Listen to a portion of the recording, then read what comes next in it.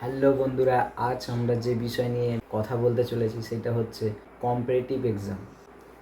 Comparative exam কি? Comparative exam হচ্ছে আমরা পরীক্ষায় বসি, সরকারি চাকরি পরীক্ষায় বসি। সামনে আমাদের এএলপি আছে, অ্যাসিস্ট্যান্ট লোকো পাইলট আছে, প্রচুর ভ্যাকেন্সি এসছে, 9,970 এসছে।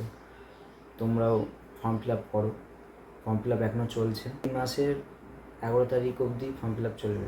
সবাই প্রচুর পরিমাণে এই ভিডিওটাকে শেয়ার করো, কমেন্ট করো, সাবস্ক্রাইব করো এবং আরও ভিডিও দেখার জন্য এই চ্যানেলটার সাথে তোমরা থাকো।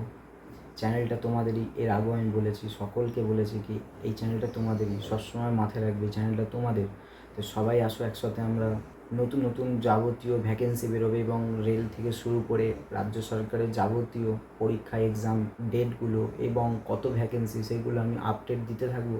তোমরা দেখতে থাকবে, তোমাদের ভালো হবে, তোমরা ভালো একটা দিক দেখতে পারবে এবং সবাই প্রিপারেশান নেওয়া চালু করে দাও।